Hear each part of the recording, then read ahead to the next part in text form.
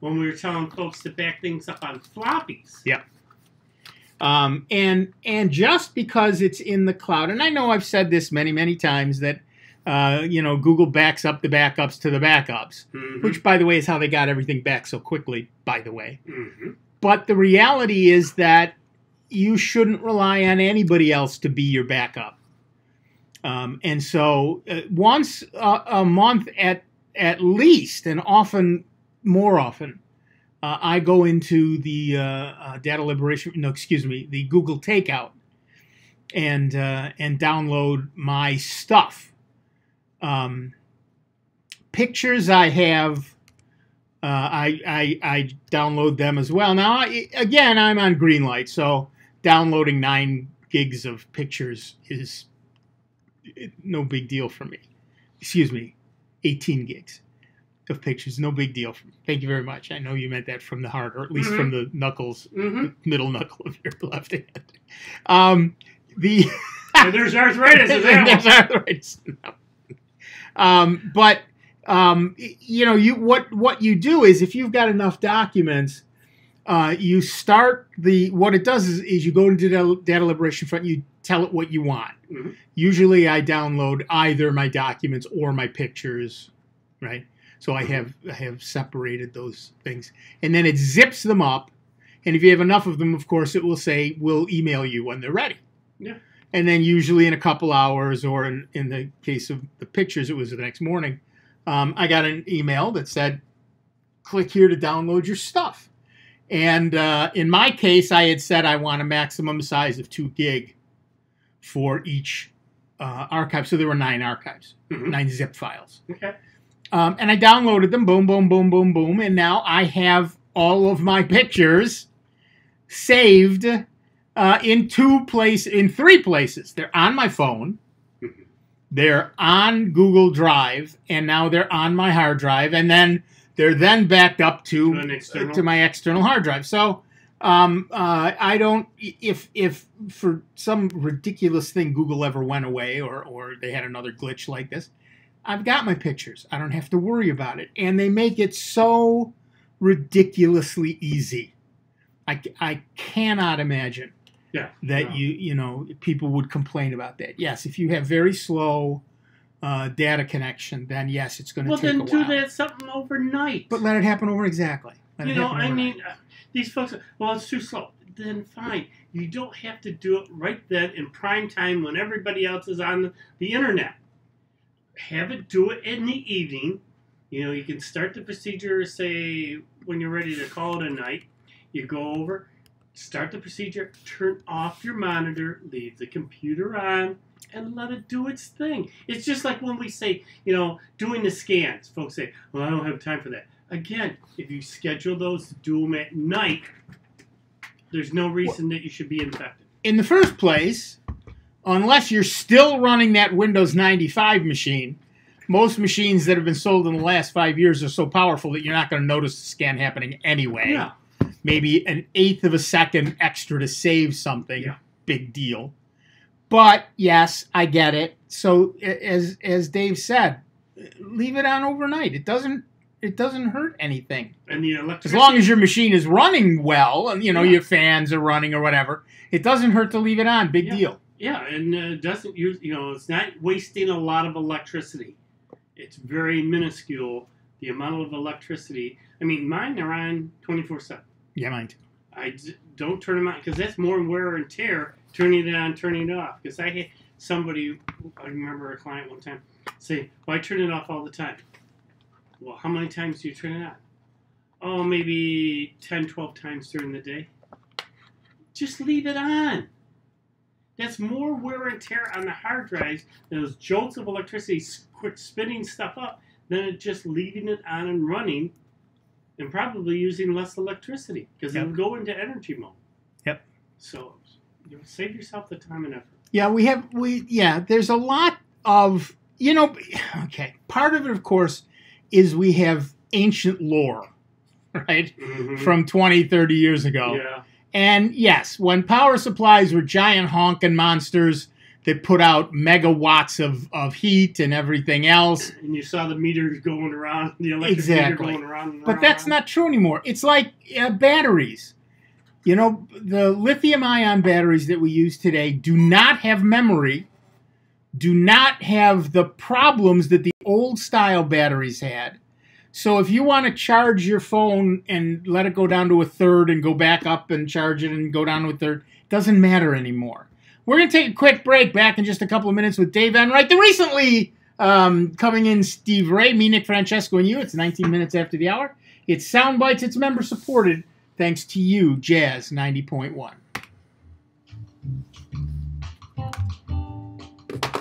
Computer talk you can understand. Something isn't right. More Sound Bites is next on member-supported Jazz 90.1. What's small, attractive, and worth lots of money? It's the Jazz 90.1 member card, and now it's worth more than ever with the addition of 30.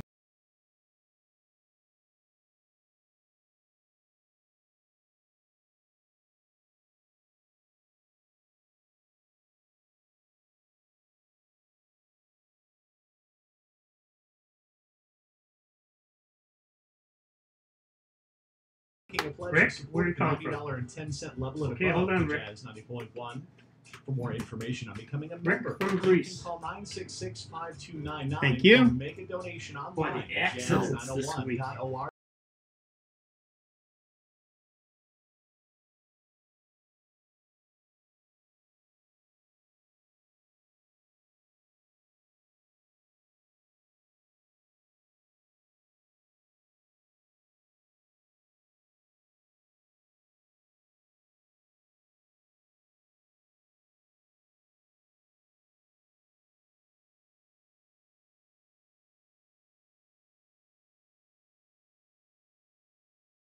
jazz901.org.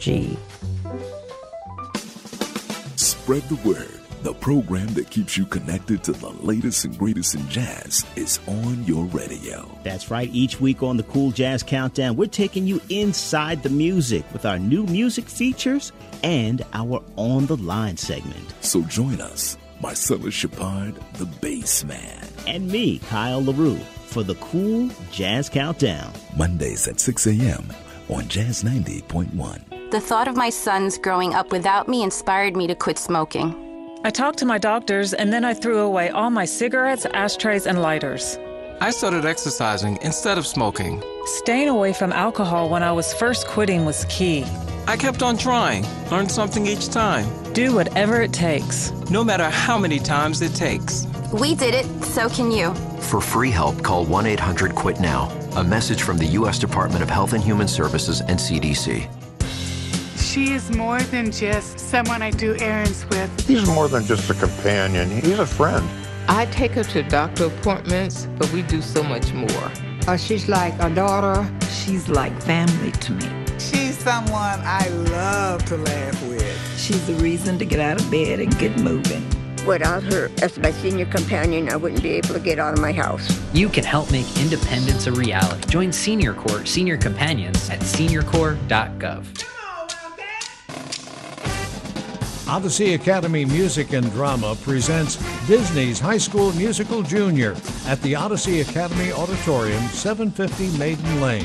There are matinee and evening performances on Saturday, November 18, as well as a matinee performance on Sunday, November 19. Advance sale tickets can be purchased at Wegmans or online at showtix4u.com, and tickets can also be purchased at the door. Jazz 90.1 is supported in part by our members and by the Rochester Area Community Foundation. More information can be found at racf.org. Follow Jazz 90.1 on Facebook at facebook.com/Jazz901FM. Here's the latest Jazz 90.1 weather forecast. Look for some sun to start the day, then clouds tend to increase across Rochester, western New York, and the Finger Lakes. The breeze will come in out of the east, the high temperature into the upper 40s, this after quite a chilly start. Tonight brings a cloudy sky. Look for some light rain to develop after midnight, with temperatures holding into the middle 40s. The breeze picks up and turns a bit gusty out of the south for tomorrow, and we'll find some additional showers, the high 60 to 65. I'm meteorologist Josh Nichols for Jazz 90.1. And currently, right now, we've got overcast skies. It's 45 degrees out at the airport and 47 here at member-supported Jazz 90.1. Hi, this is Otto Bruno. Join me tomorrow from 12 to 2 on member-supported Jazz 90.1. Welcome back, everybody. I'm Nick Francesco. I'm Dave Enright. And I'm Steve Ray. And at 24 minutes after the hour, we have Rick from Greece on the line. Hi, Rick. What's up? Hello. Please be patient with me. I am computer stupid. I don't understand 99% of the information you guys give because I'm just dumb. No, learning. I am a member. I just renewed. Thank you. I have a Toshiba laptop L505, which I purchased in 2010. And I've had the last couple of days, 3 days, I've been trying to download a new McAfee. There was a problem with that, but I don't want to hold up the show with that question. My question is now, on the keyboard, on the left-hand side, it says a scroll lock. Right beneath there is a green light that won't go off. It looks like a calculator screen, and I don't know if that's my battery going or I don't know. I tried to look on the internet to find out what the key was, but I was not successful. Okay, so this is a Toshiba L505, you say? Correct. Okay, and it's just a thing on the keyboard. Okay, hold on a second. Okay. Let me. The green light usually on the scroll button is usually whether scroll lock is on or not. Right. If it's on the scroll button, yes. Oh, okay. Yeah, because usually the button for the scroll bar, there's a little button, and they used to have it right at the bottom of the lettering. That if it was on, it turned green. If it was off, you hit it once, it'd turn off. Oh, all right. Well, I'm hitting it, and it's not doing anything. Right. What happens if you... Okay, so this is on the... Where is this on the keyboard? Let's see. It's on the upper right corner. Let's see. It's underneath the scroll lock button, and then it's above the num lock. Right, and if you hit the num lock, it goes off? Oh, thank you. There you go. Oh, it's a num lock one? Oh, my God. I'm going to give more money. There you go. Thank you very much. And I'm going to buy coffee from your wife down at the market. That's what I like to hear. Thanks, Rick. Okay, bye-bye. Bye-bye. And that's one thing we got to tell folks. Well, let's explain the numlock key. Yeah. The numeric keypad on your keyboard. It can be numbers, which most people like it to be numbers, or it can be functions. Right. So page up, page down, page up, page down, left, right, yeah. And for many computers in the BIOS, you can say whether you want that numlock to be numbers or functions by default. And if you hit the numlock key, it switches it to the other way. Right. So I usually run into that. I'm trying to hit a 6 on the keypad, and the cursor keeps moving because I'm in function mode, not number mode. Right. Yeah. And we all see that on regular keyboards, but many laptops do not have a separate keypad. Right. This particular model does, and so that would be an unusual feature to see.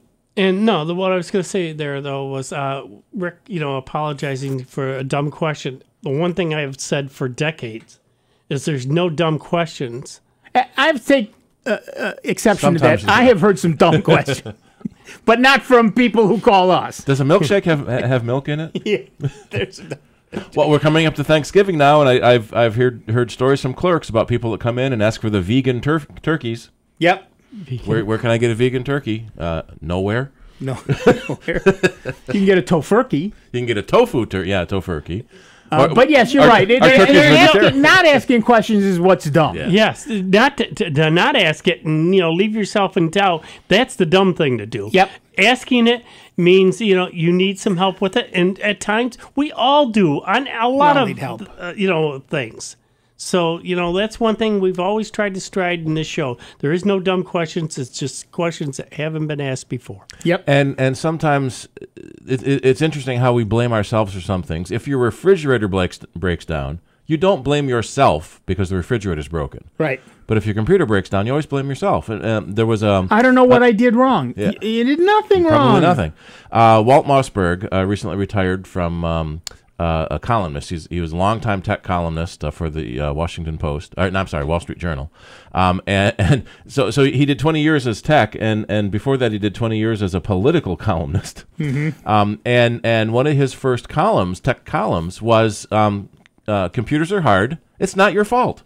Yep. And that's still true 20 years later. Yeah. Computers are hard. It's not your fault. And this is one of the things, I do a bunch of stuff with seniors, and they are very tentative. They're worried that they're going to break it. Yeah. And I always tell them, unless you're typing with hammers, you are not going to break anything. And you look at kids, and it's just the opposite. They just click everywhere. They type whatever they want. And that's exactly right. And then they'll eventually find the thing they really wanted to do. That's exactly right. Mm-hmm. And it's just a matter of not worrying about it. Yeah.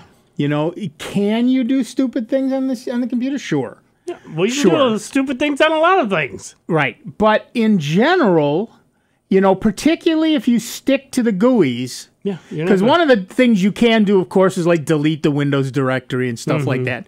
But generally speaking, as long as you don't go quite to that extent, you're fine. And that's why I often advocate Chromebooks for seniors, because it makes it even less likely that you will do something that will damage the machine in any way. But yeah, there's no. One of the things that people tell me they like about this show is that in general they're fairly anonymous. Mm-hmm. So when they feel they've got a question that's stupid, they don't want to ask it, but they can ask it on the air, because I don't know Rick from Greece. And we don't know if that's his real name and that's where he's calling from. Exactly right. He could be Fred from Irondequoit. I don't know. Yeah. And I don't care. It's not about who you are or laying blame or any of that nonsense. It's about helping you solve your computer problems. That's what we've been here for 29 years now. That's right. 27 and change, 28, whatever it is.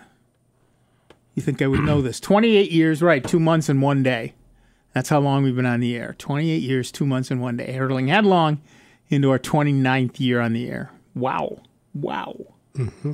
Wow. Since we're already past, I used to say 29. We're getting closer to it every day. We're getting closer to it every day. Yeah. It's and we've been honored to be on the air. And again, let us thank you for your generosity this pledge drive.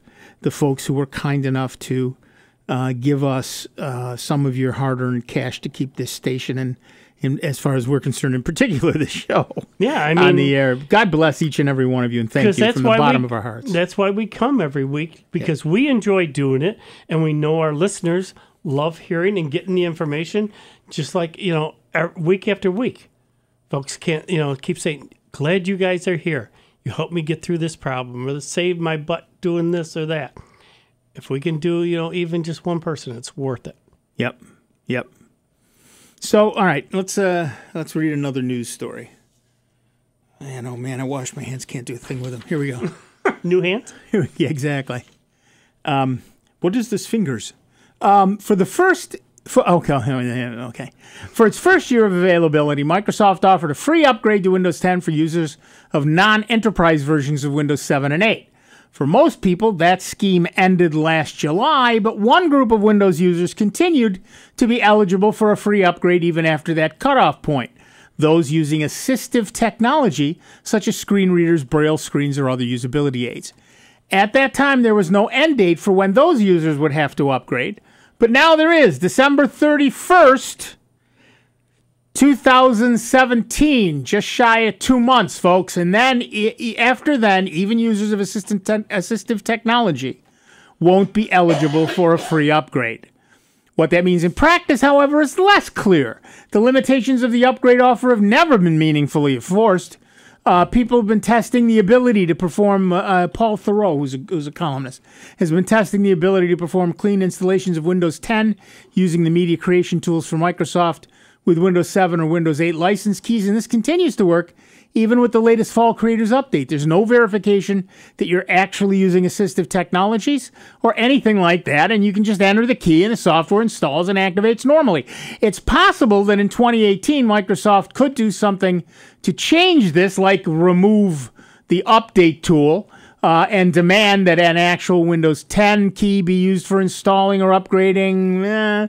I wouldn't be entirely surprised if old Windows product keys continued to work for a while longer. Apart from anything else, reinstalling Windows 10 with a Windows 7 or 8 product key is a reasonable, so far permitted thing to do for those who took advantage of the upgrade offer. But of course, looming on the horizon is Microsoft's goal of charging a yearly fee for Windows.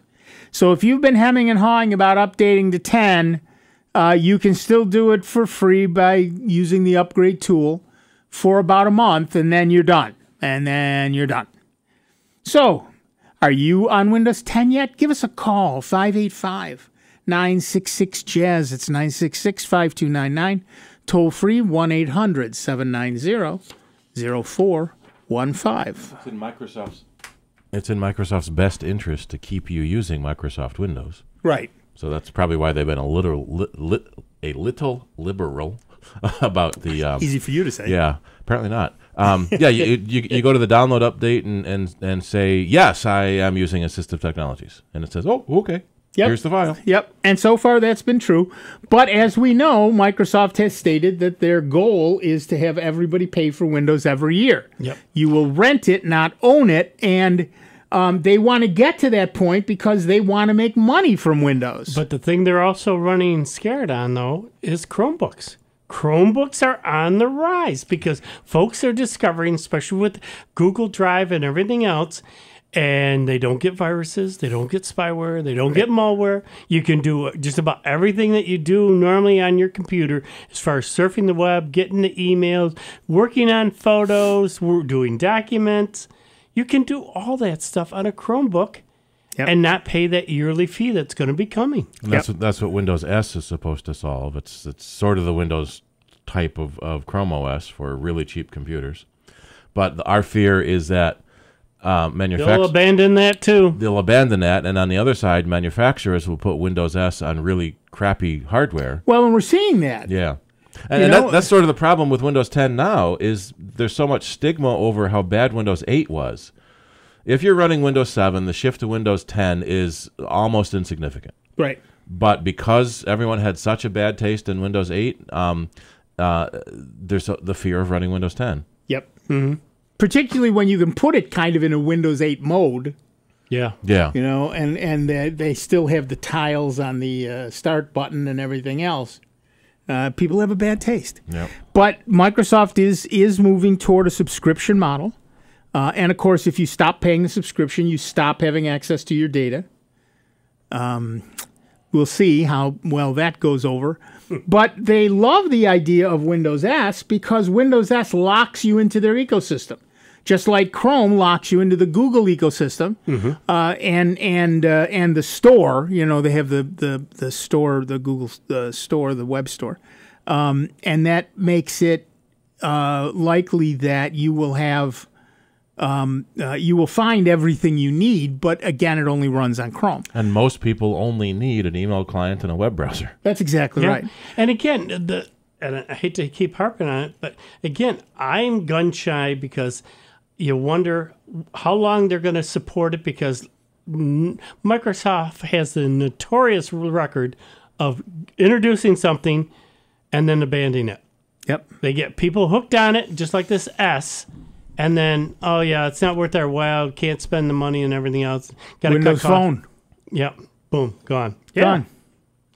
Yeah. And, oh, by the way, speaking of mail, Gmail, I reminded some people Thursday night at the Rochester Google's meeting that Gmail was written by a guy named Paul Buchheit from a little town called Webster, New York. So we have a hometown connection to Gmail. Cool. It's very cool.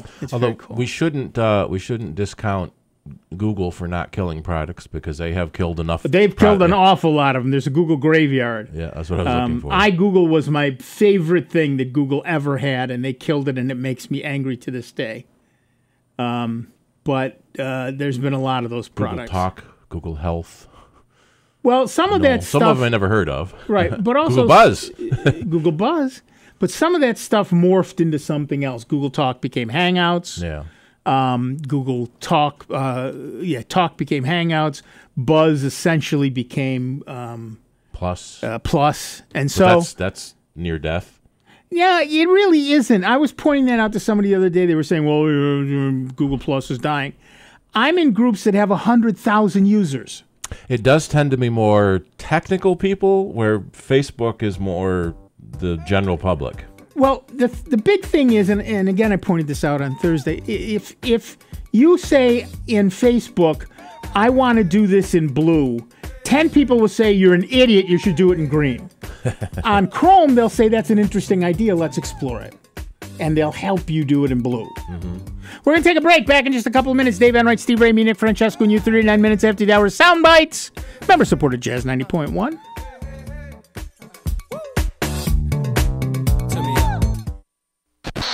Online 24 hours a day, 7 days a week at soundbites.org. More with Nick Francesco, Dave Enright, and Steve Ray next on member-supported Jazz 90.1. Hi, my name is Jeff Harris. Join me every Sunday, 5 to 7 p.m. for Big Road Blues. Big Road Blues is an exploration of vintage blues from the 1920s on up. Each week we examine different themes and aspects of the blues, playing both classic and forgotten blues greats from the past. That's Big Road Blues every Sunday from 5 to 7 p.m. right here on member-supported Jazz 90.1. Sunday nights are Spectrum Sunday nights on Jazz 90.1. Spectrum Sunday nights. I'm up every morning with the sun. Start your evening at 7 with Jim McGrath and the Blues Spectrum, followed by the Soul Jazz Spectrum with Chuck Ankersall at 9. Spectrum Sunday nights. Then the Spectrum with Derek Lucas at 10. From blues to soul jazz to the spirit of jazz. Join us Sunday nights starting at 7 for Spectrum Sunday nights only on Jazz 90.1. Spectrum Sunday nights. A message from the American Migraine Foundation. It's an absolute nightmare. There's pain that does not stop. I feel trapped by migraine. Migraine is a disabling disease. I feel like I'm dying. You feel like the world's closing in on you. There's nothing you can do. It's like you're trapped in your head. There's no escaping it. You can't leave your body. Don't suffer alone. Make your move against migraine. Visit AmericanMigraineFoundation.org to find help, learn more, and get connected.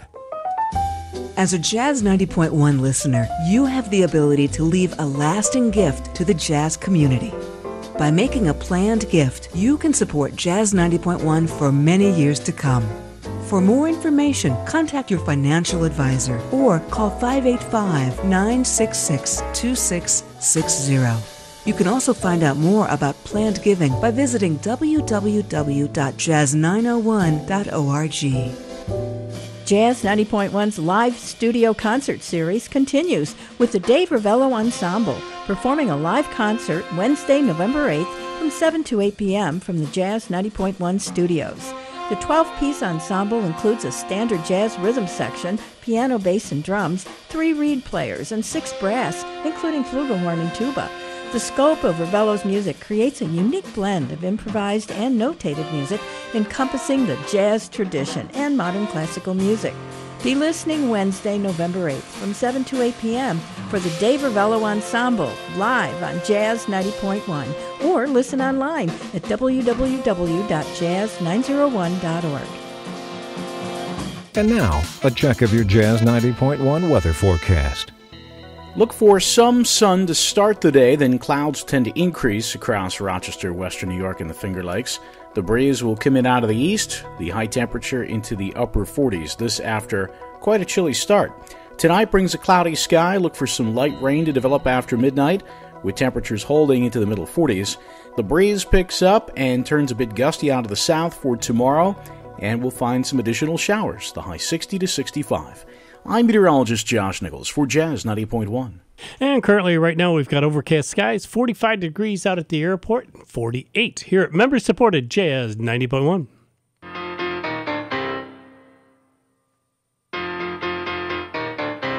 This is Rob Linton. Join me weekdays from 4 to 6 on member-supported Jazz 90.1. Welcome back, everybody. I'm Nick Francesco. I'm Dave Enright. And I'm Steve Ray. And at 44 minutes after the hour, we are Sound Bytes. I was just looking through my communities on Google+.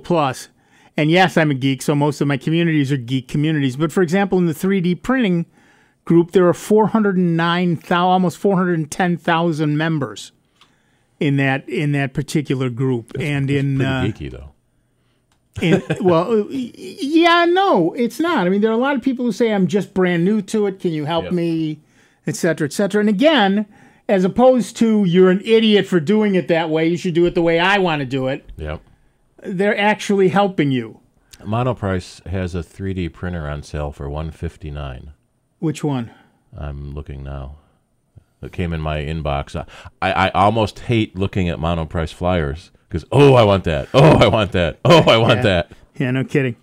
While you're looking that up, 113,000, almost 114,000 members in the Chromebooks group, 45,000 in the Doctor Who, 36,000 in the Firefly groups. Rochester Googles only has a few members, about 80. The Science is 477,585 members. So there's a lot. There's a lot of people. I'm in a writers discussion group that has 68,000 members. That's geeky for writers, but not for computer stuff. So it's a lot. There are a lot of things on Google Plus, and everybody who says Google Plus is dying is simply not paying attention. It's that easy. I should see my 3D printer next month. I'm very excited. Ooh. I'm very excited. I got counting down the days. I got to finish cleaning up the computer room. The problem is all the stuff that's left is heavy. But I'm very excited, and I can't wait. It should be fun. Nobody's going to see me for about 2 months. Just be sitting there staring at it while it slowly makes something. That's when you need the time-lapse photography because it takes so long. You can get that. Yep. There's an add-on with a camera that lets you do time-lapse photography, and in fact, you can publish it to YouTube if you want to. So expect a lot of YouTube videos of bad prints from my system, I suspect, is how that's going to work. But yeah, so there are a lot of groups on Google Plus, and to me at least, they're more accepting and more and gentler than Facebook groups. So it is what it is, and I find that most of the Facebook groups I belong to are I've lost patience with. You know, if somebody called us up and said, I'd like to do this, can you help me? And we said, well, you're a moron. That is the stupidest thing I ever heard. You should do it this way instead. Mm-hmm. How many phone calls do you think we'd get by the second weekend? Not many. Right. But we see that all the time in Facebook, and it's rude and it's stupid and it's uncalled for. Whereas I see very, very little of that in Google Plus. And when it happens, everybody else jumps all over them too. So, but you know, one of the problems, of course, is there's about 100 million social groups, I guess you could call it. There's Discord, and there's everything. So it's very hard to decide what's the big one. By sheer numbers, it's Facebook, but Facebook is not a pleasant place to be anymore. It just is not. And so I don't... Even after the election, it still seems like people think there's still an election. Well, yes. But it's just not pleasant anymore. No, and it's, it is what it is right now, folks. Get over it, and, just tired of all the negativity and everything else there. It's like, I can't even be bothered. Yep, and I contribute to it, and I admit it, but it's just I don't read much on Facebook anymore. I look for my daughters who post stuff. I look for my wife who posts stuff. I look for a couple of friends who post stuff, and then I'm kind of done. Yeah, I'm kind of done. I still post Ask Nick. I do my Ask Nick news every day, and I posted on pretty much every social medium platform, and of course I also put it up on the Alexa devices. You can have Ask Nick as part of your flash briefing every morning. Cool. And I miss a meeting, and I miss a morning once in a while, but very rarely. I usually do it sometime around midnight the night before. I missed the other day. Why did I miss the other day? Oh, I was at Rochester Google's, and then we all went out chatting. Slacker. Till very late, and I came home and I thought, See, no one goes to the meeting for the meeting. They go to the meeting for the after meeting. Yeah, it's exactly right. I'm going to start up a group called the After Meeting. Yeah. Probably get a bigger attendance. Yeah, no kidding. But yeah, that's exactly what we want. And it was a good meeting. We had some interesting stuff happen, and it was pretty fun. We meet the first Thursday of every month at St. John's Meadows, and it's a very nice group of people who all ask lots of very good questions, and we're very pleased. It's a nice group. I think this is Monoprice's own brand 3D printer. It could easily be the MP Select. The MP Select, Monoprice Select. Yeah, absolutely. Yeah. How much is it? $159. So you mean 160? True, it's $159.99. Yeah, so $160. Apple's the only company that doesn't put that 99 at the end. Yep. So they just raise it a penny. No, it's still like computer's $9.99. It's not $9.99.99. Right. Yeah. But and Apple is the only company that doesn't need to make that extra dollar. Yeah, that extra penny. But 3D printing is a lot of fun. You basically selected as the best 3D budget printer 2016 and 2017. What's the size of the print bed? That was down here. Maker Select Mini. It's the Mini. There we go. 4.7. That's not bad. Wow, that's not bad. 120 millimeter. I can remember a decade ago when I worked on the Z printers. Yep. Mine will be, and they had 2 commas in the price, right? Right. Yeah. The one I'm getting, the Kodama Obsidian will be 120 millimeters by 120 millimeters by 120 millimeters. So that's not bad. 4.7 inches. It's not going to be. You're not going to be able to make big things out of it. And it was on Kickstarter for $99, and I thought, well, if it doesn't happen, I lost $100. If it does happen, I've only spent $100, and now I'll know whether or not I really like it, and then I can go get that $400 or $500 printer if I really got to have one. Yeah, this way, it's not as big of a cost to just try it out and find out, if that's what you want to get into. Right. And that's the way it always starts. You start with a small one, and then you want a bigger one, and then a bigger one, then a bigger one. But have you bought a full-size plane yet? Not yet. That was always one thing I always found fascinating with the Z printer, because the Z printer this is a big industrial 3D rendering unit, and it basically built things out of sand. And you could treat things in that. But what I always found fascinating is we'd sit there and set something up, and you'd always have it run overnight. So the following morning you'd come in, and the machine would stop, and the bed is full. Yep. And it's just very level. So then you hit on the vacuum unit, and it sucks the excess sand back into the reservoir. And all of a sudden you start to see this thing starting to take shape. And if you had done, say, 12 of them, you all of a sudden see them popping up through the sand and that. And it's so cool because it's drying it up from the bottom. Yep. And blow them off, and then you can treat them. And there were some incidences where you could take the sand and spray it with this chemical and actually make it rubbery. Yep. Or, or a harder plastic and treat it. And I remember this one thing, it was a gear, these different gears, and it actually turned. Yep. That's crazy that they can make a moving part. Yeah. They can make a moving part actually on the print bed. Right. So when you take it off, it's actually like an articulated arm or a gear mechanism or whatever created right on the print bed. And what's nice now is that you can use some like nylon filaments that are actually like nylon gears that you would get in stuff. There's one guy who that I follow on YouTube who races RC cars, and he makes all of his parts out of the nylon filament. He 3D prints his own cars. There's another guy who makes battle bots, and he's printing gears and stuff out of the. Now nylon ain't cheap, right? You know, the one I'm using uses a plastic called PLA, which is a biodegradable polylactate something. But it's sturdy.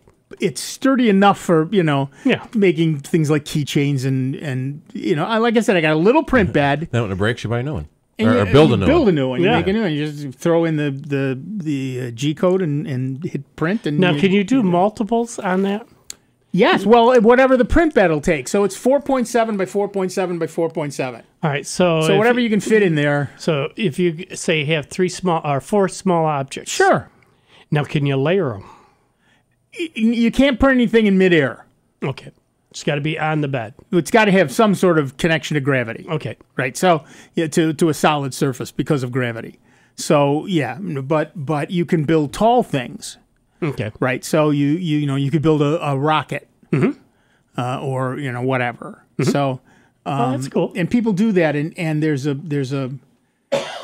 are 100 places on the internet where people post their models that you can download and print. Some of them are for sale, and many of them are free. And there are search engines like Yeggi, YEGGI, that lets you search for stuff, and that's kind of fun. And I've been 8 months now waiting for my printer. Now, do they have the drawings up there that you could freely use?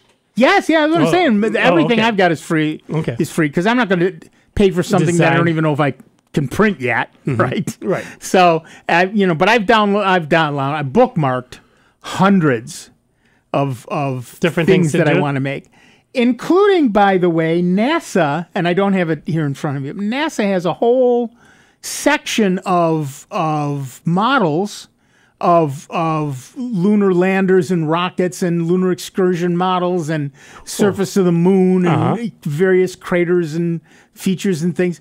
And I've just been going a little bit insane on that site. And so you can download that stuff and print it out. Make your own Curiosity rover. Yeah, print your own Curiosity rover. Absolutely. In whatever, and of course, because many of these things can be put together, you're not limited to 120 millimeters. You can print things in pieces, and glue them together, so you could do like the whole space station. You could do a full size space station if you wanted to. Yes, yes, you could. Yeah, you don't. That's one thing I used to always be when they were in full swing on that. Sending up parts to it and watching them add on to the space station. It's so sad that that's gone by the wayside. It's still there. Well, they finished. Yeah, they finished. The major construction. The other thing is, of course, they have they just sent up a 3D printer that works very much like the Z print that you've got. Only it uses metal, not sand. Okay. And it's a sintered metal, and it uses a laser to fuse it. Right. Okay. So instead of spending $350 million sending a rocket up with a wrench. They can make their own. They make their own wrenches. Yeah, is lifting the raw material more cost effective than lifting the finished good? Sure, because you can build a million things out of the raw material, as opposed to you've got to say, if they're missing X, I can send them the G code to make X. Yep. Or I can put a whole mission together to send them up X. Yeah. So it makes much more sense. Right. What's more cost effective? Right. And with certain, they're everything is tethered and blah blah blah blah blah. They lose wrenches, stuff like that. The tools that they're using outside, so they sometimes float away. It happens. So now instead of we're out of it, there's a wrench. The NASA-approved 3D wrench. Yeah, exactly. So you can print all that stuff and just shoot it out and make it happen. It's very cool. And I'm very much looking forward to my 3D printer, and we'll see what I can do with it. I really don't know what I mean. I know what other people are doing with higher end devices, right? I don't know what I can do with my little $99 box, but we'll find out. And that's what excites me. Yeah. It's a whole new frontier. Should be fun. I'm looking forward to it. Sounds like it's going to be a new adventure. And all the cool things that can be printed. And that should be okay. All right. That music tells me that you've wasted an entire hour of your life with this nonsense. But guess what? You're going to do it again. Because we're going to take a small hiatus here. And when the hiatus is over, we will be back with a whole nother hour of the longest-running computer show in the known universe. We will bring back Dave Enright and, of course, special guest. We'll have a special guest in the second hour. We will have Steve Ray. We will have me, Nick Francesco. We will have each and every one of you. You are listening to the longest-running computer show in the known universe. That is Sound Bytes, and that is on the truly grateful to be member-supported Jazz 90.1. See you on the flip.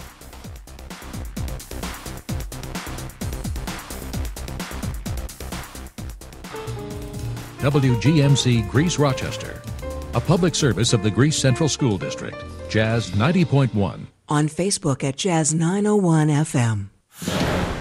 Russia's official news agency has just issued a statement from a Kremlin spokesman that, quote, there is no cooperation between Russia and the U.S. on the North Korea issue for the time being, only periodic exchanges of view.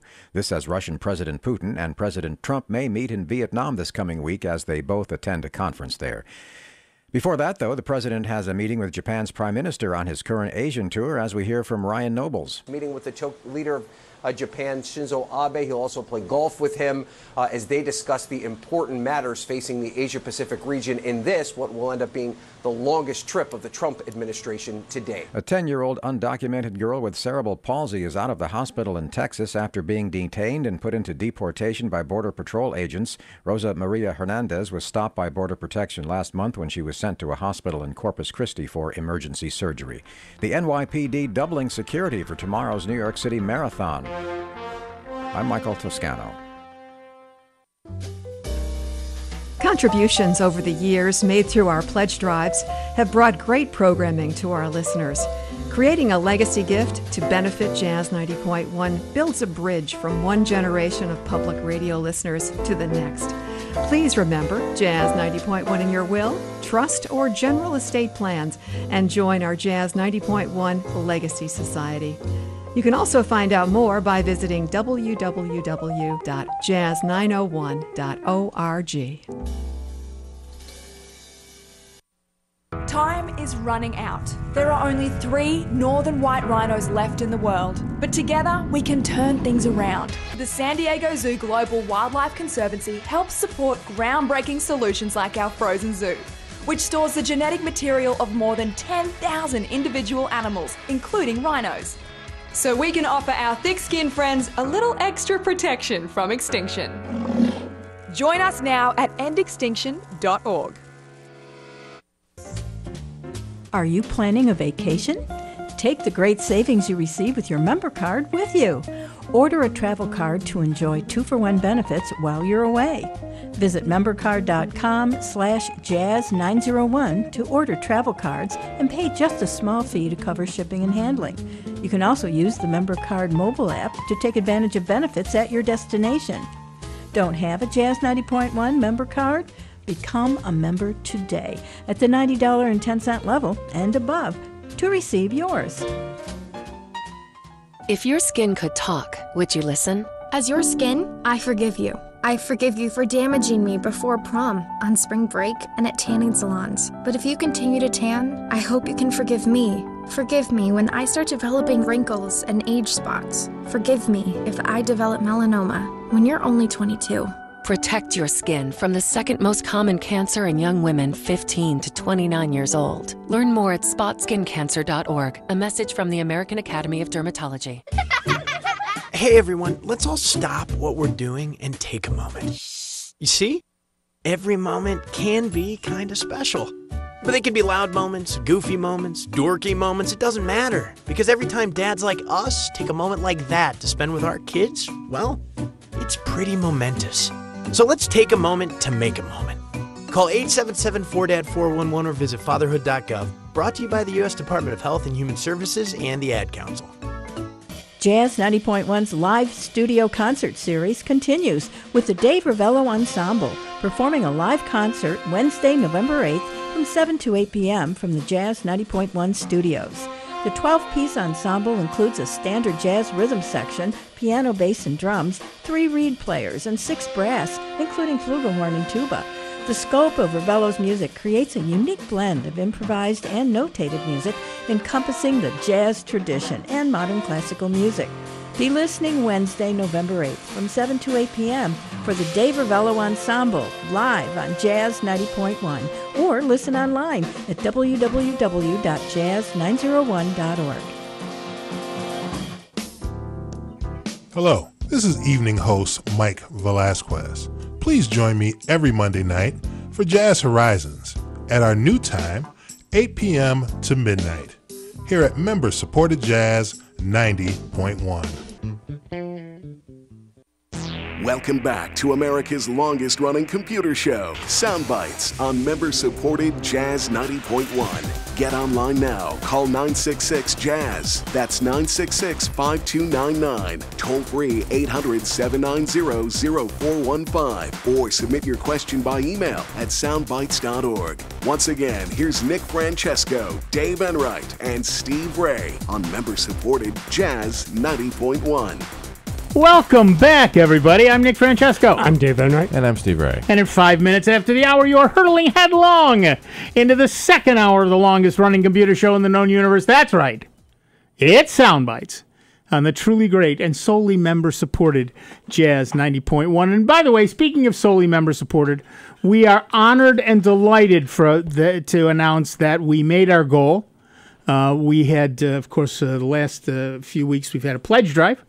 And we needed $55,000, and we did indeed make $55,000. So we would like to thank each and every one of you who was kind and generous and giving enough to become members or renew a membership or give an extra pledge to Jazz 90.1. Become a member of the family, become a member of Soundbites, and we're grateful to each and every one of you, so thank you very, very much. Keeps us going. Keeps us going. And we'll be here right on through till next year. So, That's certainly the plan. Yeah, so thank you very much for your support and keeping us going. Yep, thank you so much. And, of course, give us a call, 585-966-JAZZ. That's 966-5299. Toll-free 1-800-790-0415.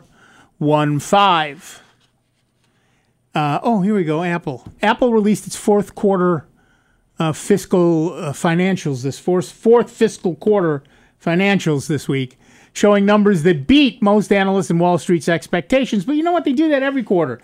At some point, the analysts are going to have to say, we're really kind of underestimating Apple.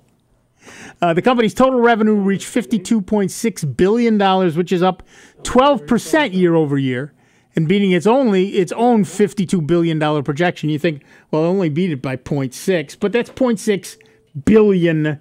$600 million? $600 million, exactly right. I'd take it. Yeah. If they want to round that off and send it to me, I will accept it gladly. I'd accept it if it was 6 cents. I don't care. Each of Apple's product segments grew this quarter. iPhone sales topped out at 46.7 million units, which accumulated $28.8 billion in revenue, which is an increase of 2% year over year. iPad sales reached $4.8 billion. Mac sales hit $7.2 billion. Despite the expected holdout from iPhone customers waiting for the $1,000 iPhone X, which is officially available in stores right now, by the way. Apple's, not that you can get one, but they're officially available. They're officially in the stores. Whether they're available is another story. Right. Apple CEO Tim Cook stated in the earnings call that iPhone 8 and 8 Plus are currently the two most popular iPhone models. Well, duh. Considering the high price of the iPhone 10, customers may be purchasing the next best thing that's slightly more affordable, for now at least. While the fourth quarter earnings report does not include any iPhone 10 sales numbers because it wasn't available, Apple expects high demand for the new smartphone throughout this quarter and beyond. Cook stated the company will get as many of them as possible to the customers as soon as possible. Apple's services business, which includes things like the App Store, iCloud, and Apple Care Plus, also continued to grow. It reached $8.5 billion in revenue, which is a 34% year-over-year change. The company's other products division, which includes devices like the Apple Watch, hit $3.2 billion, which was a 36% increase year-over-year. Apple doesn't list unit or sales numbers per product included, particularly in that other products division, but Cook did state that the Apple Watch experienced a 50% sales growth. The Apple Watch Series 3 has been available since mid-September, and the growth in popularity may be due to the addition of LTE, which allows some Series 3 models to make and receive calls and messages, stream music, and receive notifications without a paired iPhone nearby. A surprising change for Apple came in China during the fourth quarter. Sales in the country hit $9.9 billion, which is up 12% year over year. In their third fiscal quarter of 2017, Apple experienced a 10% year over year drop in China. So these new numbers represent a bright spot in what had been an area of struggle for Apple. So have you got that iPhone 10 yet? Give us a call, 585-966-JAZZ. That's 966-5299. Toll free 1-800-790-0415. Just like Elmer did from Greece, New York. Hi, Elmer. What's up? Hi. We have a Pixel phone. Yeah. And we're having difficulties copying or transferring pictures from it to a Windows 10 computer. Now, this very same computer has no issue at all with a Galaxy Core Prime. It has no difficulty with the Nexus 4, and it even works with an iPad. But when we connect it up with the Pixel phone, it goes through the usual bit where you need to enable the USB cable to say, I want to transfer pictures. We do that. It finds the pictures on the phone with no problem, using the picture-to-picture transfer protocol, or whatever they call it. And we tell it to go, and we then get a window that pops up that says that there was a problem and the pictures probably didn't get transferred over. And they did not. We've also tried a file-to-file transfer. I can see the files on the phone. The icons look a little odd, though. And we end up not being able to copy any of the files that way from the DCIM folder. So I don't know if there is something else that is peculiar to the Pixel phone that we have to do, or if there's just something a little funky about the USB cable. Now you've got a Pixel phone. I do not. Yeah, I just have it automatically upload on my Pixel phone. I have it automatically upload to the cloud. Well, turn on Google Photos on the phone and on the computer, and let it do it automatically. Right. That was going to be my suggestion. If you are saving things to Google Photo, we are. You can download them from Google Photo. Yeah. Right on your computer. They renamed it. They redid what? Google just renamed their download thing again. Now it's called Google Backup and Sync. Okay. Used to be Google Docs, then Google Drive, and then it was Google Photos. Now it's Google Backup and Sync. Okay, good to know. Okay. But that's what it does. It backs up all your data to Google, and it syncs all your data between your devices. Right. Okay, we actually have that enabled on that phone, so we would just sign in into the Gmail account, and we would see this on the web. Here's the deal. You sign into a Gmail account using the same username and password that you use on your phone. Okay. Then you go to photos.google.com. Okay, photos.google.com. Right. Okay. And that lets you see the photos on the web. Right. And if you download Google Backup and Sync for your computer, then they will automatically download into a folder on your computer. Okay. Right. So you can then, by click and hold, you can select multiple pictures and then download them to wherever, just like you would anything else. Yeah. Okay. So Yeah, I we just need have to mine. download Google Backup and Sync on the computer, and then we'll be all set. Well, you don't even need to do that. Unless you want them all. And automatically. Right. Yeah. Right. But if you want to just search for some and download them like today, Uh-huh. you could just go to photos.google.com, pick the one you want, and download them. And when you pick it, it shows up large, and in the upper right corner are those three dots that give you more options. Uh-huh. And one of the choices, or you can just hit Shift D, is download. Okay, that's probably what we would do since they're backed up in the cloud anyway. Right. And on mine, I have my phone set up so it only backs up when I'm connected to Wi-Fi. And that way I don't use my data. Right. And when the phone is at home at night charging, I have it do it then. You know, I set it to do it in the evening when it's hooked up to my Wi-Fi.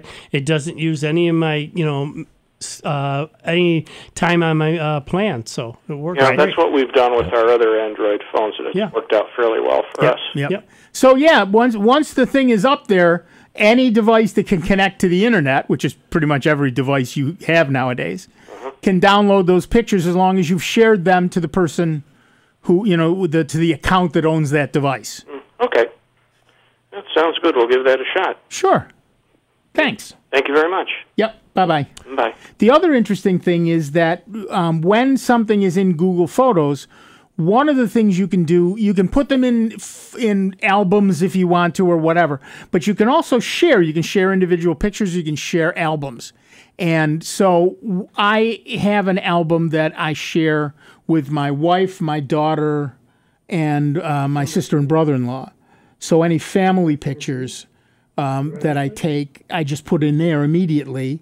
And my sister-in-law likes to see pictures of our cats, so she and my daughter are also shared in the kiddies folder. So any picture I take, I can move it into there, and they immediately get hold of it, and they can see it with no problems. They get a notice in their email that there's new pictures in the folder, and they go to the folder and get it. Do you know if there's a way to reverse the sort? Because it puts all the newest photos first. So when I'm scrolling back through my photos, they're going in reverse order. Yeah. And so I'm watching a plane, land backwards. Yeah.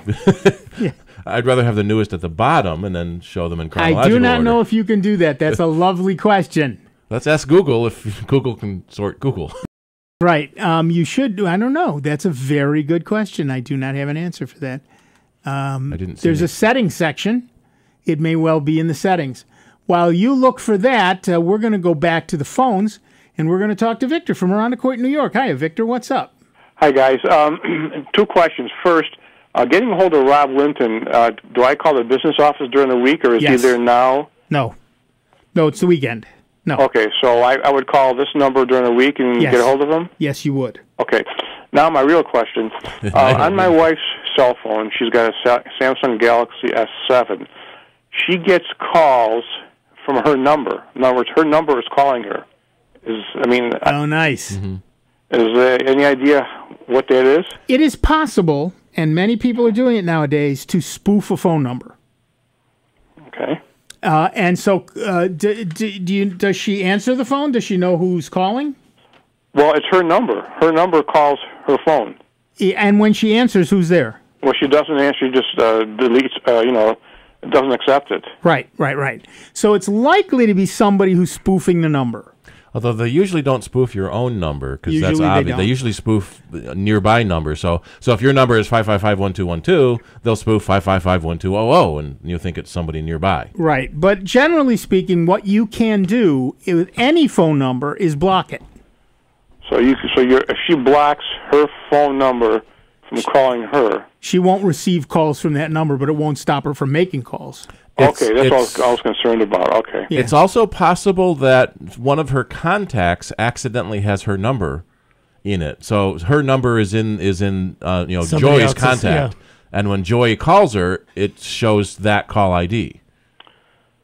Okay. So you think maybe she should maybe answer the call and see if someone and see who's there? Yeah. Look through your contacts. All she has to do is hang up if it turns out to be a Robocall. Right. So right. no big Then deal. You could block it anyway then. Yeah, and then you block it. I do that all the time. There's a lot of calls I answer, and they, start immediately. I'm getting all the, "Hi, this is Ellen from Google." No, it isn't. Hang up. Go in and say, "Block this call." I'm done. I never hear from Ellen again. Your Google business listing is about to expire. Yeah, exactly. Yeah, I get that one. Exactly. We notice you're not. What do they say nowadays? We notice you're not being as efficient in Google searches as you could be. Something. This is not a solicitation. Please don't hang up. Yeah, yes, right. Yeah. Yes, it is, and yes, I am. Yes, I am. Exactly. All right. So anyway, Victor, that's probably answer it if she's curious. I'd scratch the itch. Why not? Because all you have to do is hang up and then make it blocked, and you're done.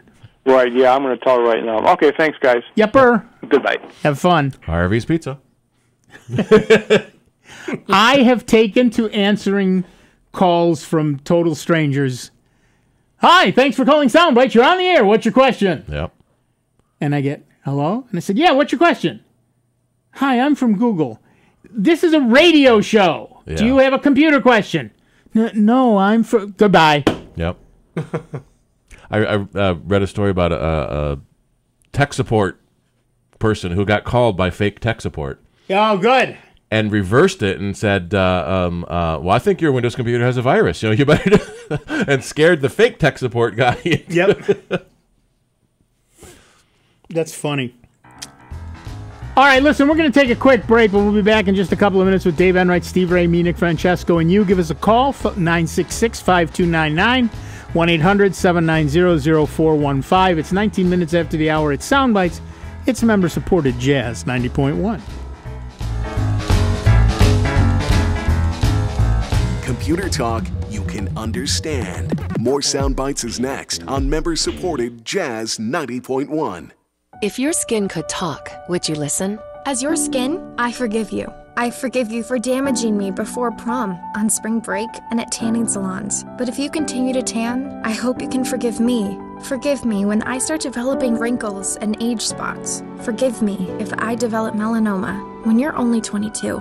Protect your skin from the second most common cancer in young women 15 to 29 years old. Learn more at spotskincancer.org. A message from the American Academy of Dermatology. This is Rob Linton, station manager of Jazz 90.1. Annual membership contributions and business underwriting keep our programming on the air. The future growth and excellence of our station depends on our ability to also build a permanent base of support through an active and successful legacy gift program. Please continue your gift past a lifetime by including Jazz 90.1 in your will, trust, or general estate plans, and join us in building a legacy of giving to support public jazz radio in Rochester.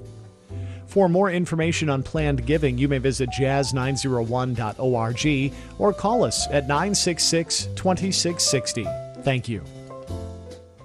The success of any business depends on its ability to offer value. A great quality product or service for the right price. Businesses themselves need to get value for the things they need as well. As an underwriter of Jazz 90.1, you can get the word out about your business, what you do, where you are, and how to reach you. Underwriting messages are straightforward, simple, and easy to remember. Underwriting at Jazz 90.1 is a great way to promote your business while supporting public jazz radio. For more information, call the Jazz 90.1 business office at 966-2660 today. These days, it's easy to have information overload. Sometimes I just want to kick back, hear my favorite music and the news that affects me. That's why I stay tuned into my local radio station. When important news happens in my part of town, I hear it from them first. For the best entertainment, sports, news, weather, and traffic, anytime, anywhere, I stay local. Support your local stations. Text RADIO to 52886. Furnished by the NAB and this station. Message and data rates may apply. Reply STOP to opt out. What's small, pretty, and worth lots of money? It's the Jazz 90.1 Enhanced Member Card, and now it's worth more than ever with the addition of 35 wineries to the list of restaurants, stores, and other businesses in the Rochester area, discounting prices exclusively to members of Jazz 90.1. You can even use your card when you travel in the U.S. It's a great way to reward yourself, all while supporting Jazz 90.1. Don't have a Jazz 90.1 member card? Well, get one by making a pledge of support at the $90 10-cent level or above to Jazz 90.1. For more information on becoming a member, call 966-5299 or pledge online at jazz901.org.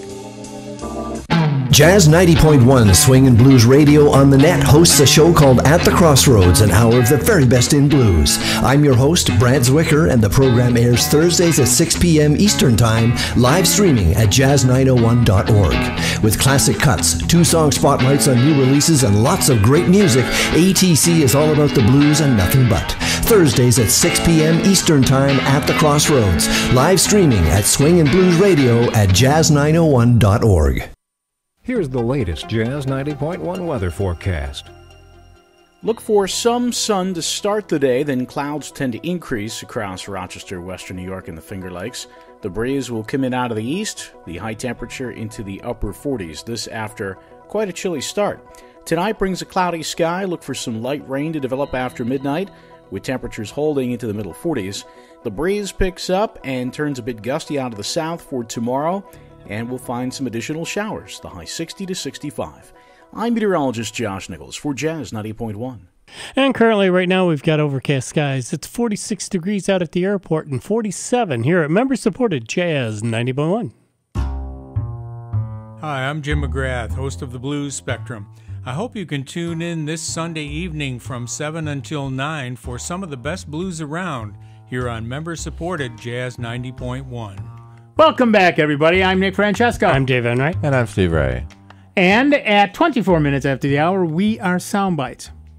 As we reported at the top of the show, Google Docs threw some users for a loop on Tuesday when the service suddenly locked them out of their documents for violating Google's terms of service. The weird part, the documents were innocuous. The alerts were caused by a glitch, but they served as a stark reminder that not much is truly private in the cloud. Now, was this only on Google Web site, or was it Docs on your sync to your computer? No, it was strictly on the website. Okay. What happened was that it erroneously marked them as full of either violence or porn or something that they're checking for now, and it locked people out. And basically, this shows that Google is using advanced machine learning and other AI technologies to examine vast amounts of information in near real time. Depending on whether those affected have created documents or whether it was shared with them, they were stopped from gaining access to the file or from sharing it. Some received an alert that said this item has been flagged as inappropriate and can no longer be shared. Other people saw you cannot access this item because it is in violation of our terms of service. Obviously, this is raising questions in a lot of people's minds about the level of surveillance in internet tools like cloud-based tools. What happened was certainly problematic, but people are not really taken aback. You know, we all know Google has access to all kinds of information about us. Many people avoid using Google Docs for something that's sensitive. Many of us don't. A Google spokesrobot said in a statement that a code push caused a small percentage of Google Docs to be incorrectly flagged as abusive. And I know that because most people I know weren't affected at all, which caused them to be automatically blocked. Google's automated systems periodically scan certain file types in Google Drive that are shared with other users to detect abuse and protect users. Some examples include antivirus scanning, malware, and phishing detection. Google Docs is part of the Google Drive suite. Leighton Pritchard, a computational biologist, I just love that term, who also tweeted about the error he experienced, said that even though what happened on Tuesday was a glitch, it did shed light on how many users do not take the time to read the terms of service agreements. The default state is we ignore them, he said. We click yes because we want to use the thing that's useful to us. Lots of things can slip by us that way. So how many end-user license agreements have you read? Give us a call, 585-966-JAZZ. It's 966-5299. Toll-free, 1-800-790-0415. Somebody actually created a comic book in which Steve Jobs is the hero and all the dialogue is the end-user license agreements for Apple products. Really? It's not particularly good, but it's interesting that they did it. Entertaining. What? It's entertaining. Somewhat. It is sort of entertaining. But it's People don't read end-user license agreements, or EULAs, EULAs, as we call them. People don't read them because, as that person said, we just want to get to the thing. Yep. Yeah, quick scroll down, so it activates it. You say, okay, click it, and on you go. Exactly right. I've kind of boiled it down when we're going through it with customers. It basically says you're not going to do anything bad, and if you do, you're not going to blame X. Right. Yeah. That's about it. Yeah. But there was a South Park episode a while ago where they were really taking that license agreement. One of the kids got kidnapped and used by Apple for medical experiments because it was in the end-user license, in the iTunes license. And through the whole episode, every time he's trying to explain to his friends that his buddy got taken, and so, well, what do you mean you didn't read the license? Right. Everyone was incredulous that they didn't read the license. Right. Well, we've seen it time and time again. There was an early version of Apple's license that essentially said you don't own any of the music that you've bought from us and you cannot download it. Yeah. Well, nobody pays attention to that. And then at some point, somebody got dinged for that, for having it and using it on another device. And everybody was suddenly They were up in appalled. arms. Yeah, they were appalled. Well, now the big problem is becoming, apparently you can't will your digital downloads. Right. So after you pass, all the stuff you digitally purchased is lost to the ether. You cannot will it to someone. Right. So make sure you give them your password first. Right. So I've got 78s that my mother had, and I've also got her portable Victrola, wind-up Victrola. It's so cool. Wow. It's so cool. But she willed that to me. Mm-hmm. I have it and I love it. Certainly, there wouldn't be the same attachment to an MP3. No, but that music is essentially lost. Right? I can't say to my daughter, "I loved this music. I'd love for you to have it and maybe someday listen to it." I could say, "Here's a list. You can go buy it." Yeah. What do I want to listen to your crappy music for, Dad? Well, there's that. Now, I want to know what's the next genre of music that the kids of today's rappers is going to like and say left? Your music is crap. Well, I will say this. We went to see, was it Lilo and Stitch that had all the Elvis music in it? We went to the movie, we came out, and I was singing the songs. Yep. And Amelia said, "How did you learn those so fast?" I'm magic, honey. Yeah. and then the same thing with Guardians of the Galaxy. Of course, we went to see that together, and I came out and I was singing those songs.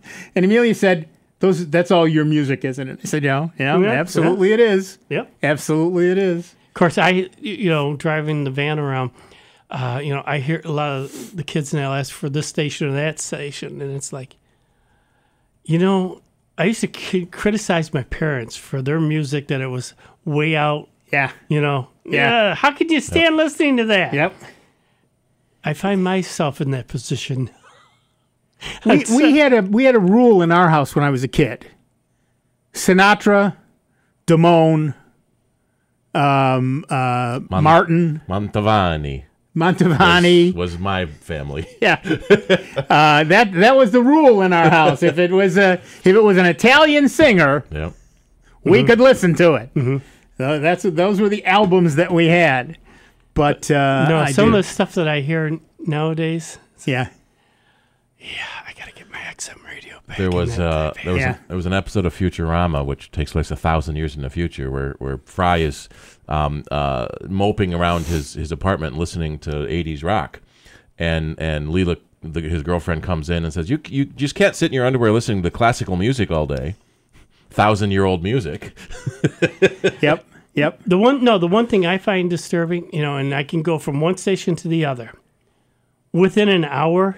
Yep. You've heard all the tunes, and they're playing them again. That's exactly right. It's like, really? And if you go from station to station, it's like, yeah, no. And that's why, quite often, I'll come back to jazz. That's what The kids don't like it. They go, "Oh, what's that?" But if I... It's what we call music, kids. And I listen to, the adults. Sure. They love it. They'll sit there and pop that in. A number of them love that. They can relate to that. Not all this other stuff that... It's like, oh, no. Yeah. But it's every group. Look, every group of kids rebels against their parents. We rebelled against Vic Damone and Frank Sinatra by listening to Elvis and the Beatles. Yeah. Right? Our kids listen to whoever they were, and his next group listens to whoever they were. And everybody thinks the older generation's music is junk and that their music is the hottest, most wonderful Led thing. Zeppelin and Sure. ELO. Classic rock. Sure, Yeah. but then sometimes It's it comes around again. Something like Lilo and Stitch picks up Elvis or Some other Guardians of the tunes. Galaxy. Yeah, oh, right, yeah, right. yeah. And so now all of a sudden it's cool again, and now all of a sudden I'm the cool dad because I actually know all that music. Yeah. Well, like you just said, Guardians of the Galaxy. Yep. You know, picking up a lot of that music because it's classic, but. Well, now probably not for Elvis, but it's old music is probably cheap because it's easier to get replay rights. Nobody. Yeah, well, yeah, for the movies you mean? Yeah. Yes, yeah. But if you want to buy it online, it's the same price as everything else. Yeah. Mm-hmm. Yeah, it's like spending $9 for an EPUB for an electronic copy of a book when it costs them probably half a penny to make it. It started out electronic, then they had to go print it, so they've already got the electronic version.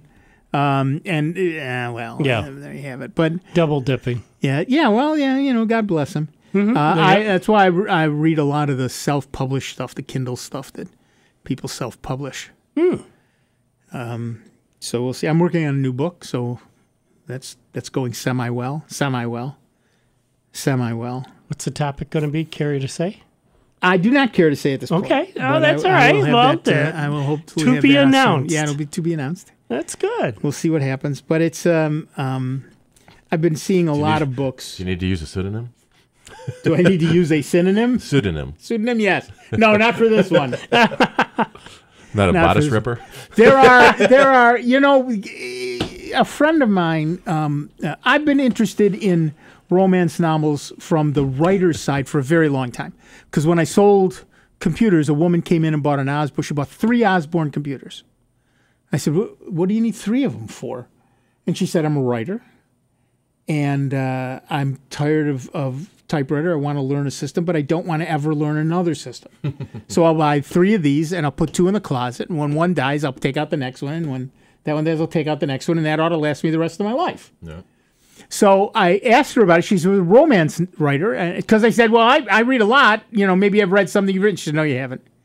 I said, well, you don't know. She said, I'm a romance writer. I said, no, I've never written. My wife probably has. I might have, but I never have. No, she reads murder mysteries mostly, cozy murders, cozy mysteries. So we talked about it, and she said, she was telling me there's only a few plots, and basically you take the same plot, you change the names, you change the characters, you change the jobs they have, and there's your next book. She said, it's really typing, it's not writing.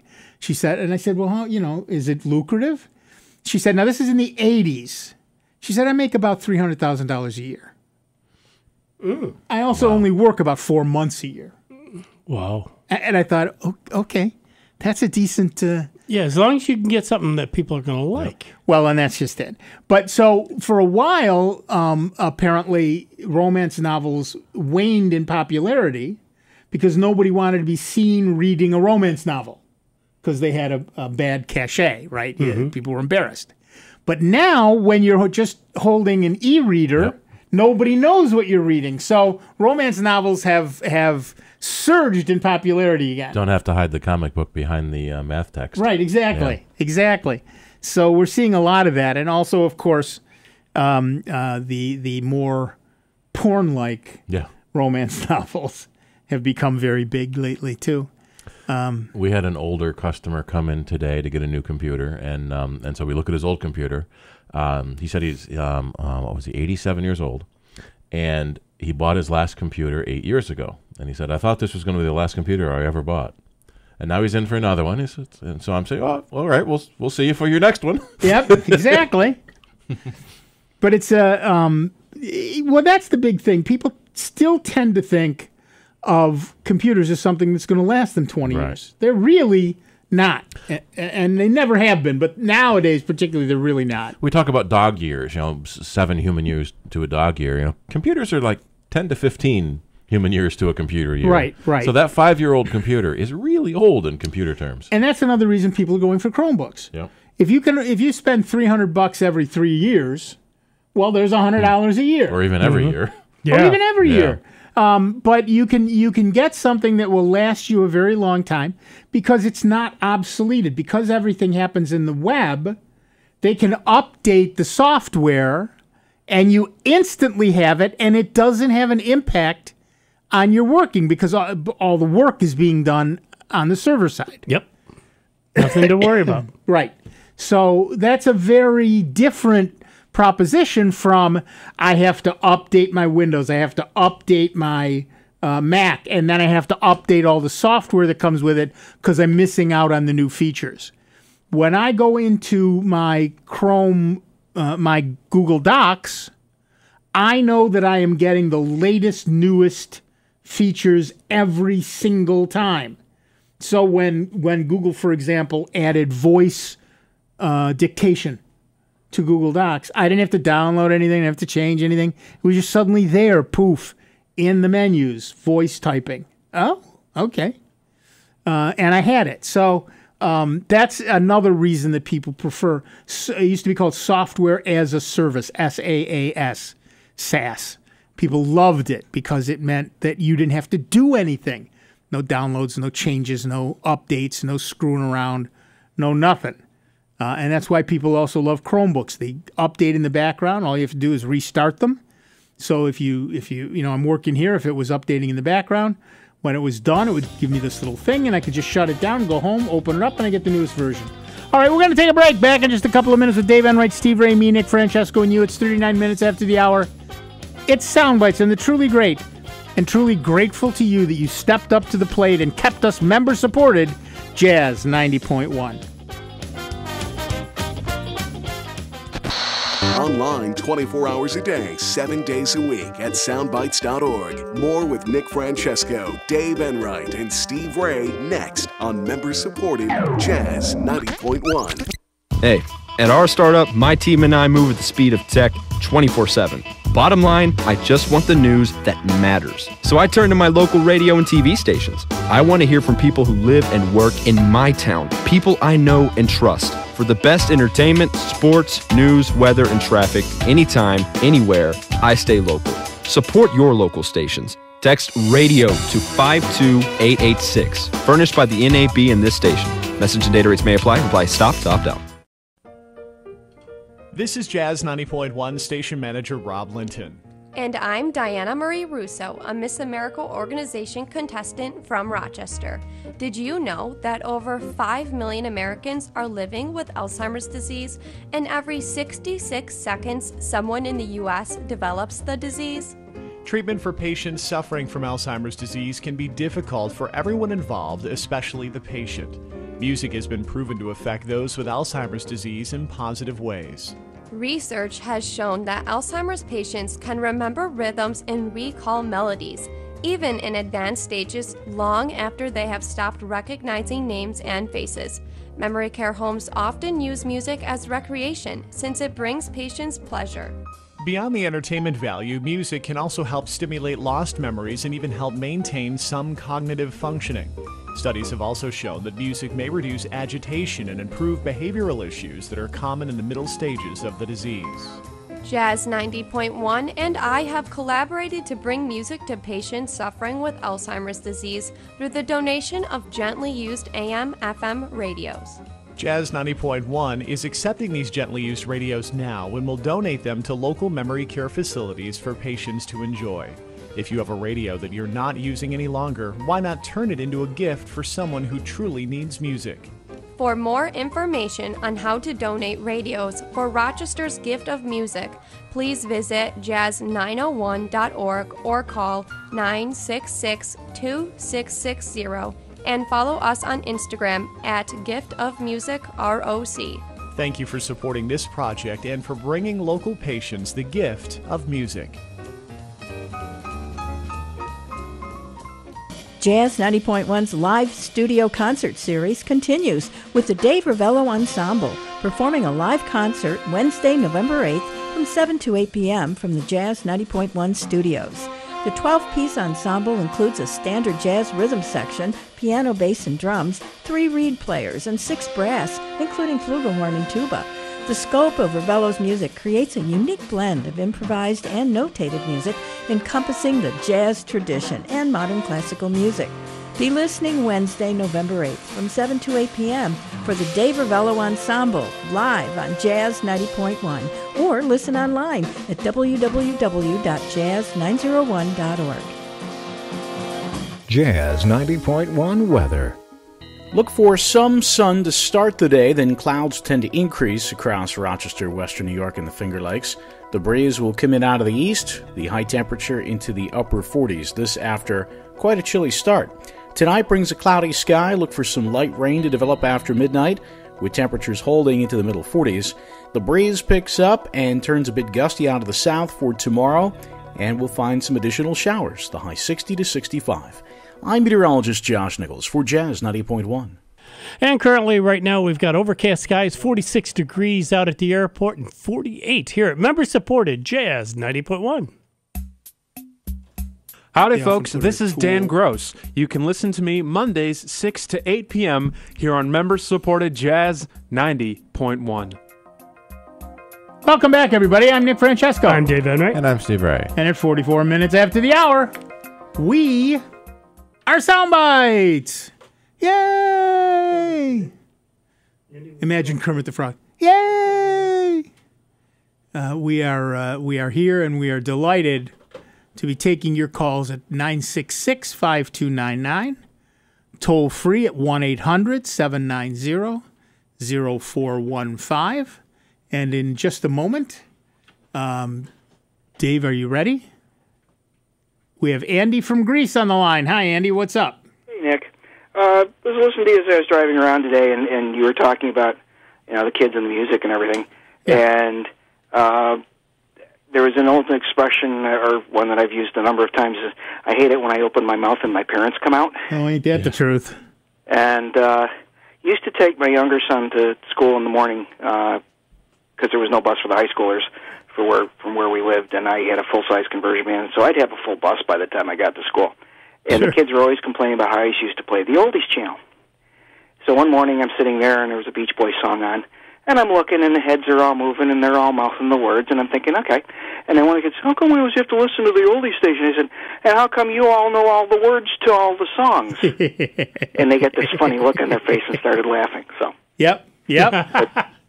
Yep. Cool. And some of it is that great. That was my thought when you were talking about how the kids, rebel against the music. But on the other hand, if it's music they like, they may give you lip service to, it's old fuddy music, but they know it.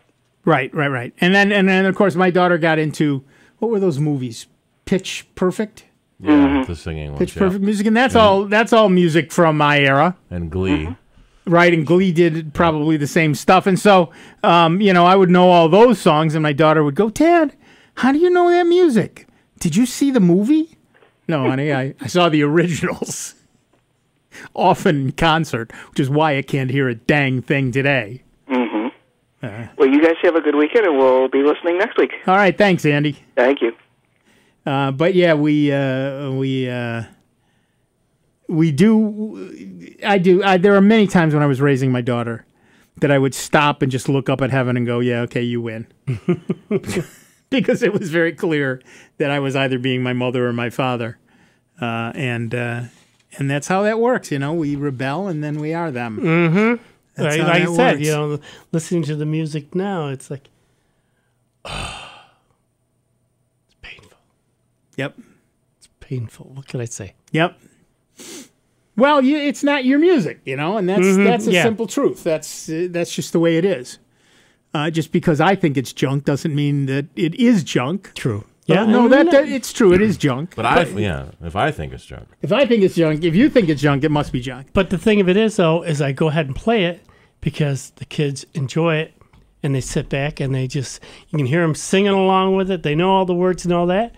Makes for a pleasant ride. That's exactly right, and that's really what counts. Yeah, you don't have to like it; you just have to tolerate it. Yeah, All right, so the latest software update from the Apple Watch, Watch OS 4.1, is now available for all users to download. The update brings a slew of promised features to the new Series 3 watch, including Apple Music, radio streaming support, Gym Kit compatibility, and a Wi-Fi toggle option in the control center.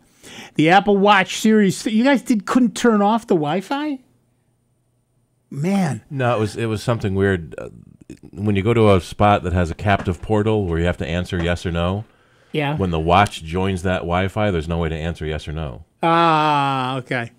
The Apple Watch Series 3 has been available since mid-September, but a couple of major features did not accompany the device at launch. Series 3 devices with LTE service will be able to stream content from Apple Music and radio with this update, as and of course use up your data, as well as content from the user's iCloud music library. Previously, Apple Watch models could only sync selected playlists from iTunes for playback through connected wireless earbuds. Now those with an LTE-supported device can use the data service or Wi-Fi to stream content no matter where they are, as long as the wireless connection is decent, and without the paired iPhone present. The update also... So now you can just leave your phone at home and still use up all your data. Nice. Good, nice thing. The update also brings a new radio app that lets users stream radio stations accessible via Apple Music subscriptions. watchOS 4.1 brings Gym Kit to the Series 3, allowing the device to connect to compatible exercise equipment to share data. This means users will be able to pair the Series 3 with a Gym Kit compatible treadmill, elliptical, or other gym machine to display data like heart rate directly on the machine. Gym Kit compatible gym equipment will also share data like distance with the Series 3 so it can capture more accurate in-gym workout data, or if you prefer, data. Equipment manufacturers have to build Gym Kit into their machine, so not every treadmill at your local gym will be ready to pair with a Series 3 yet. Life Fitness, Cybex, Matrix, and other manufacturers have promised to make Gym Kit-ready machines, but there's no word on how many machines will be made initially or which gyms will get them. The Wi-Fi toggle option is a new addition. Probably the more expensive gyms will get them first. The Wi-Fi toggle option is a new addition to the control center on watchOS 4.1, and it lets users manually disable Wi-Fi when you want to use the LTE data instead of available Wi-Fi networks. This should help those who experience the Wi-Fi connection problem that plagued the Series 3 when it was released. Oh, I see. They solved the Wi-Fi connection problem by just giving you another option and turning off Wi-Fi. Nice. The device would attempt to connect to known Wi-Fi networks even when a user wanted to use LTE instead. Now you can turn off the Wi-Fi connection completely, which will force the Series 3 to use LTE service when the paired iPhone isn't within range or powered on. watchOS 4.1 also brings some small bug fixes concerning stand alerts, heart rate modification, haptic feedback, I love that term, and charging issues for first-generation watch users. So, are you lusting after that sweet, sweet Apple Watch? Give us a call, 585-966-JAZZ. That's 966-5299. Toll free 1-800-790-0415. Excuse me. One of the guys in our office got his iPhone 10 Friday. He he got up at 3 a.m. and ordered it by 3:02 a.m., which apparently you needed to do to get it Friday. And so he scheduled a pickup time. I'll come to the mall at 10 o'clock and pick it up. And so he said he got there, he got to the mall, and there were people lined up, really long lines. And we've been saying, last couple of years, there haven't been lines for phones because you can order them online and they show up at your house. Right. You don't have to wait in line. But the pre-orders all tend to start at midnight Pacific. Right. So 3 a.m. our time, you have to wake up and order your phone. Or you're still up. Yeah, be still up. Yeah. So if you try to order one now, it's 3 to 4 weeks. Right. And so he walks past this giant line, hoping it's not the line waiting for reservations, and then talks to somebody and said, "Well, no, here, you can walk in and grab it right now." Yep. So he walked in the store, picked up his phone, walked out, and waved at all the people waiting in line. And wasn't mugged? No. Yeah, really. Well, we were joking that... Or followed out to the parking lot? Exactly. Yeah. Beforehand, we were joking that he should buy 2 of them and then sell one on eBay to finance them both. Yeah. Apparently, some idiots are selling an iPhone, trying to sell iPhone 10s for $20,000 on eBay. Nice. Really? But yeah, so if you didn't want to get up at 3 a.m. to pre-order your phone... you could bid on one on eBay. Well, bid on one on eBay, but the stores do have some loose phones. You may not be able to get the color or capacity you want, but you may be able to get one. Right. But if you were that keen on getting it, well, you should have just pre-ordered it. But yeah, so if you wanna wait, well, I understand that by like 3:03 they were out of the pre-orders. Well, I think it took like half an hour to sell out of everything. And so one of the tricks, in fact, for the next release, one of the tricks is use the App Store app and favorite the model you want. So you get the color, the capacity, the size, and then maybe favorite your next favorite. Right. And so when the sales go live, you can just bring your favorite up and say order. You don't have to go through all the steps to say, nice. I want the 5-inch, I want the black, I want the 64 gig, I want T-Mobile, and then by then it's gone. Right. Yeah. Nice. It's like the same plan with Comic-Con tickets. You gotta have 6 computers all hitting refresh Yeah, right. to be able to buy one in the first 5 seconds that it's available. Right.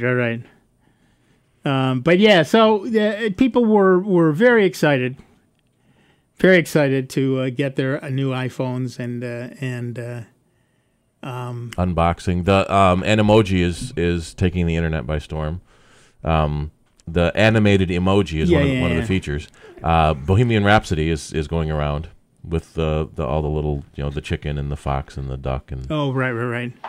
I got to be honest, Animojis don't do it for me. You're too old. I realize I'm old. I do realize that, but they really don't do it for me. And I get that everybody uses them and everybody loves them and blah, blah, blah, blah, blah. And everyone has to try the pile of poo just once. At least once. But I'd rather see the person I'm talking to. But I guess that's why I'm old. So that's fine. Animoji karaoke? Now, there you go. Yeah. Now you're talking. Now, can you do how do you do Animojis? Are you in like FaceTime? Yeah, or messages. Okay. And you can pick which character you want to animate, and it does your eye expression, your mouth, your head, and right. It's one of those cute things that it's a great demo, and how often will it actually be used? Well, and that's the big thing. After the first week, how many people will use it? Yep. All right, that music tells me you've wasted 2 hours of your life with this nonsense, and we're done for another week. I want to thank Dave Enright. Oh, we missed Uncle Dave. He will be back. He will be week. back. He's not going anywhere. I want to thank Dave Enright. I want to thank Steve Ray. I'm Nick Francesco. Don't go away. George is coming in to play the best German music you'll hear all week. We'll be back next week with a whole lot more of the longest-running computer show in the known universe. And once again, let me thank all those of you who were kind enough and generous enough to step up to the plate and become a member of this station, become a member of the Soundbites family. We appreciate your assistance and your love. And we will be back next week. I'm Nick Francesco, and we'll be back next week with a whole lot more Soundbites in just 167 hours. So we'll see you then. Bye-bye. Here are the Jazz 90.1 Club calendar highlights for Saturday, November 4th. Fred Costello and Roger Ecker's jazz duo plays jazz tonight at Charlie Brown's of Penfield, 7:30 till 10 o'clock. You can catch Cousin Vinny at Salvatore's Pizzeria and Pub, Bay Road, Webster, from 8 to 11, singing standards and more. In concert this evening, Bone Rama at the German House on Gregory Street, 8 o'clock show. And Stefan Rumbel in concert, Love and Cup Bistro in Henrietta from 8 to 11. If you're looking for blues, Cinnamon Jones is at the B-side in Fairport, 8 to 11 tonight. Big Mike and the Motivators featuring